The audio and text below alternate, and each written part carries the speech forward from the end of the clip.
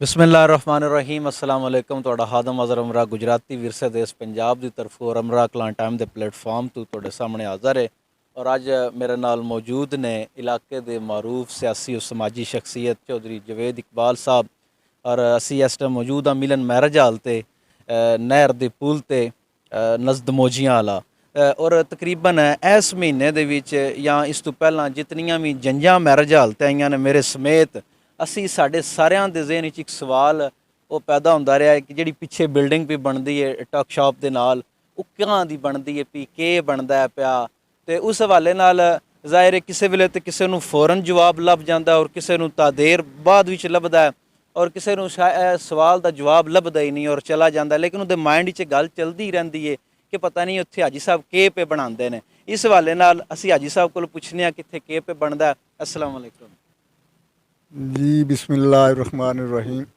नहमदु व नसल्ली अला रसूलिल करीम।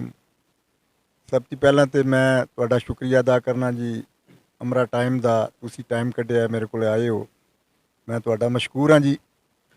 दूसरे तुहाडे सवाल का जवाब मैं देना चाहना जी। माशाअल्लाह मैं ओवरसीज़ रहा, मेहनत मजदूरी करते रहे हैं, कोशिश की है कि जितनी साढ़े को हो सकती है। जदों मैं पाकिस्तान आया सब तो पहले मैं डिंगे च महसूस किया कि हॉस्पिटल कोई नहीं जी, तो मैं कोशिश की है कि इंशाअल्लाह तुहानू एक अच्छा हॉस्पिटल दिए, अच्छा सैटअप दिए। वो मेरी अल्लाह ताला ने कामयाबी मैनू दी तो मैं तुहानू हॉस्पिटल दिता जी अमर जावेद मैडिकल कंपलैक्स। उसके बाद मैं आया तो मैं समझा कि तुहाडे इलाके की ये ज़रूरत है। अलहमदुलिल्लाह मैं मैरिज हाल नू स्टार्ट किया और मैं एक मयारी मैरिज हाल बना के तुहानू पेश किया है। ये तुहाडे इलाके वास्ते फखर भी है और इलाके वाले सारिਆਂ ਦਾ ये अपना ज़ाती मैरिज हाल है। मैं ये मेरी कोशिश है कि साडे इलाके एक अच्छा मैरिज हाल होवे और तुहाडे सामने बना के दिता है। इंशाअल्लाह अल्लाह के हुक्म नाल कामयाबी अल्लाह दी। हुण इस तरह असी विजिट करते रहने आगे पीछे जाते रहने रोडां ते साडी ख्वाहिश ही होंदी है खाना शाना तो खाना ही होंदा, हर बंदे की जरूरत होंदी है जी। उन्हें वक्त के नाल खाना खाना जो नसीब है उहदा। तो साडी अपनी ज़ाती कोशिश भी ये होंदी है कि असी जिहड़े साडे आम रेस्टोरेंट ने उत्थों खाना ना खाइए, मिर्चां दी डरदे आं ये वो, असी शनवारी ते चले जाते हैं जी। शनवारी का खाना असी लाइक करते। और मैं काफ़ी दफ़ा देखा साडे इलाके के बंदे खारियां वजीराबाद शनवारी दे बह के खाना खांदे, तो मेरे दिल विच एक शऊर आया, मैं एक कोशिश की तो मैं इंशाअल्लाह तुहानू एक शनवारी दे रहा, प्रॉपर शनवारी जिहदा तुहानू इफ्तिताह करीब अल्लाह के फजल नाल करांगे और तुहानू सारिਆਂ ਨੂੰ दावत देंगे। ये भी मेरे इलाके की ज़रूरत आई।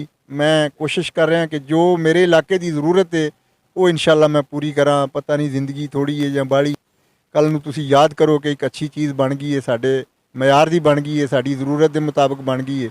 इंशाअल्लाह मैं ये शनवारी होटल दे रहा जी तुहानू। अमला मेरा आ गया सारा, इंशाअल्लाह अन करीब असी इफ्तिताह करांगे। बिल्डिंग भी तकरीबन तैयार हो आई है, फंक्शन तो आ गई है। हुण जैसे ही फंक्शन होंदी है तो इंशाअल्लाह तुहानू दावती प्रोग्राम बना के दसांगे जी। बहुत मेहरबानी, शुक्रिया जनाब। और हाजी साहब अंदाजे नाल कितना चिर मजीद लग सकता है? ये तकरीबन 1 महीना जी, क्योंकि फंक्शन का टाइम थोड़ा ज़्यादा लगता है। बाकी साडा कंप्लीट हो गया, छत छत मुकम्मल पै गए ने। हुण असी फंक्शन ते आ गए हैं, टैल शैल ये वो सारा सैटअप 1 महीना लग जाता है। महीने के अंदर अंदर तुहानू इंशाअल्लाह इहदा ओपनिंग इफ्तिताह बुलावांगे जी। और मियाँ साहब एक बारी तुसी ना सारे मैरिज हाल ते कैमरा मारो।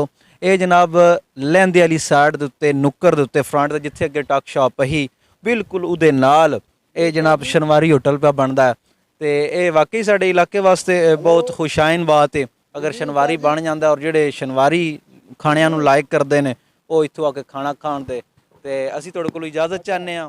रब राखा।